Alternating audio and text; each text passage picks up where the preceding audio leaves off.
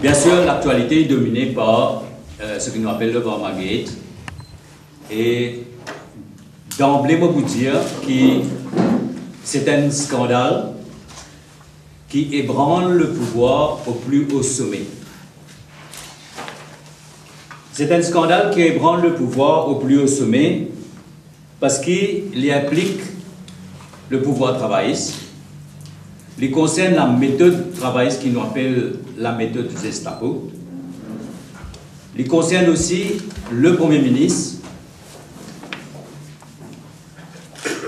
allez-moi vous dire qui fait, il concerne le DPM qui, d'après la déclaration de Reza Isaac, est tenu au courant de ce qui peut passer. Il concerne un ex-ministre, et non des moindres, le ministre de la Justice, qui symbolise une institution, c'est-à-dire l'état de droit. Il concerne un ancien PPS. Il concerne un président du partenaire du Parti travailliste, Maurice Allette, président du PMSD, président d'une des bonnes institutions les plus importantes du pays, Mauritius Sports Authority. Et il concerne également un businessman qui finit dans le passé fraye la chronique. C'est pour ça qu'il nous dit que c'est un scandale qui ébranle le pouvoir au sommet.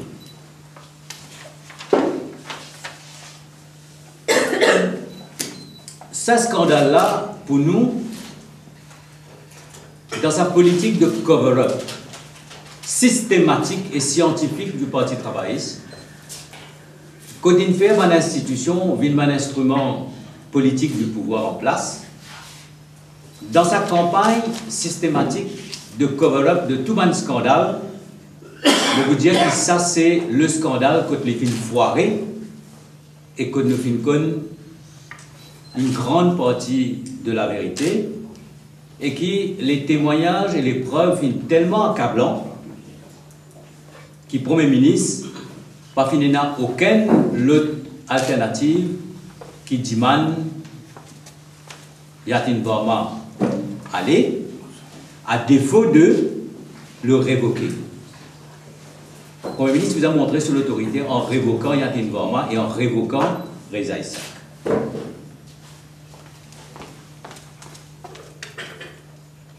Nous disons qu'au sommet de l'État, il y a un système, une machinerie de complot et de magouille. Et qui, ce système-là, lui concerne deux méthodes. Un, c'est carotte et bâton. Carotte est liée au fait que tout est achetable. Qui pour le Parti travailliste, député, ministre, agent, témoin, le citoyen, il a un prix. Et que quand il s'agit de faire cover-up, capable de dire le prix est payé, autrement servi bâton, c'est-à-dire une politique de répression, de harcèlement, en utilisant une institution. Allez-moi vous donner trois exemples là. Nous avons maintenant le cas Varma dans ce que m'appellerait, disons, dans l'historique. Au départ même, il y a un incident qui m'appelle un incident de road rage. Il y a un assaut, d'après mon témoin. Il y a une victime qui fait une déposition. Qui le ministre de la Justice fait? Il commence par un mensonge. Qu'il finit blessé dans le cadre de l'accident. Deuxième chose qu'il fait, il y a un médecin. Il met un faux appel. Et ce cinéma-là, il durait pendant les 15 premiers jours, jusqu'à qu'un témoin vienne dire qu'il m'a payé pour venir témoigner à cause des représailles. Premier ministre, vient dire en public qu'il pas besoin de payer, vient de l'avant. Et nous tout ça incroyable dans l'état de droit. Ça explique ce climat de frayeur-là. Et le Premier ministre vient dire qu'il n'a pas besoin de tracasser, qu'il n'a pas besoin de l'avant. À ce moment-là, un témoin venu, et effectivement, là, il y a une vraiment dire comme ça, on peut mettre 10 témoins qui vous donnent une mauvaise version. Nous sommes dans les 3 premières semaines après l'incident. Il est clair qu'à ce moment-là, il y a une vraiment qui comprend que les preuves sont accablantes, les témoignages sont là. Alors commence le 19, l'autre méthode, c'est-à-dire la carotte. Et là, Maurice Allais rentre en jeu. Et moi, pour rentrer dans le détail, parce que je connais qui ne passait le 19, le père est appelé là-bas, Yatin Vormain là-bas. Apparemment, un chiffre a été mentionné. Yatin Vorma a appelé à la mère. Ça, c'est le 19. Ça continue le 20. Et d'après nos renseignements, sa négociation-là continue. Et finalement, un moment quand il est calé, parce que la victime, qui fait un comportement très consistant, sa victime-là, dans la presse, dit comme ça, l'île à de l'avant, et que la vérité et la justice soient faites. Mais les choses reprennent le samedi 8, au Champ de Mars. Toujours Maurice Allais. Recommence causer. Mais le problème, c'est que Allais doit partir le mardi 11 en mission. Et il fait donc, il continue ce travail de débroussaillage, si mon cas utilise ça. Et le 11, quand Allais est allé, c'est Reza Issa qui prend le relais pour contacter la famille.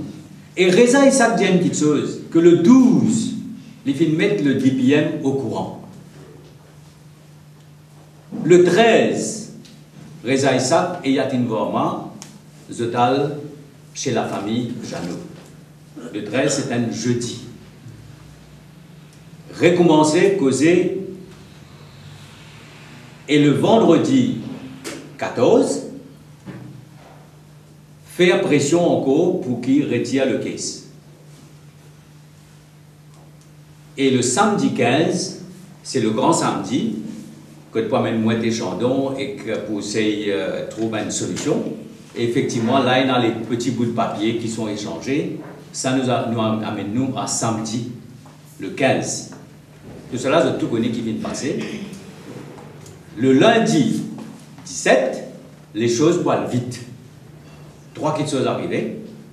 La famille Jeannot dépose un enregistrement à Radio One, donne certaines informations aux Mauriciens, et avec sa conseillère légale, le jeune Jeannot lui donne une déposition contre le père Vorma.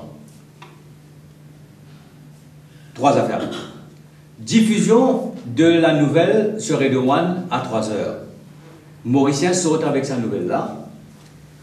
Radio Plus appelle Reza Isaac, qui vient d'une émission spéciale, et lui raconte ce qui s'est passé sur Version. Mardi, les choses deviennent intenables, puis il y a une queue, et après, nous connaissons tout. À partir de là, maintenant, qui va une question nous poser? Première question, Premier ministre. Est-ce que le Premier ministre est au courant ou soit non? Dans le Parlement, il dit non. Mais le Premier ministre étant l'homme le plus renseigné de Maurice. Le Premier ministre qui est dans NSS, et qui est dans plus qu'NSS. Il y a un réseau formidable. Comment ça se fait qu'un Premier ministre pas connu, qui soit ministre et qui soit PPS, dans un cas extrêmement politiquement sensible, finit des fois chez les Jeannot sans qu'il y connaisse. Quelle manière le Premier ministre, pas fin connaît, qui Maurice Allais, fin les Jeannot, finit donc plusieurs rencontres. 2 rencontres nous connaissons chez la famille Jeannot, nous avons une rencontre MTC, nous avons une rencontre dans le bureau Allais. Le Premier ministre dit il n'est pas au courant. Maintenant, le DPM, est-ce qu'il y a une cause à lui? Le DPM, Reza Issa dit qu'il est fin informé, il tenait à lui au courant tout le temps à partir du 12. Et finalement, vous pensez à une autre conversation entre DPM avec Reza Isaac après le 13. Le DPM maintenant, qui sont implications dans sa caisse-là. Et la grande question, c'est qu'au final, guette les journaux pour dire que tiens l'affaire. Alors, nous avons l'interview du père qui explique sa consistency dans sa manière. Alors là, pour nous, le Premier ministre, libéral tient son canet dans le comme d'habitude. Ça veut dire qu'il n'est pas au courant. Maintenant qu'il est au courant, il dit une petite chose. Il dit comme ça, now that the line has been crossed, dans sa réponse, dans le Parlement, avec les informations de Mauricien et les informations de Radio Plus, the Attorney General cannot stay in office. Il dit ça. Ça veut dire que le Premier ministre comprend que the line has been crossed seulement quand Radio One et que le Mauricien il fait ce travail. Mais nous pas quoi ça. Vous posez une autre question. Combien de ministres ils crossent la line là déjà?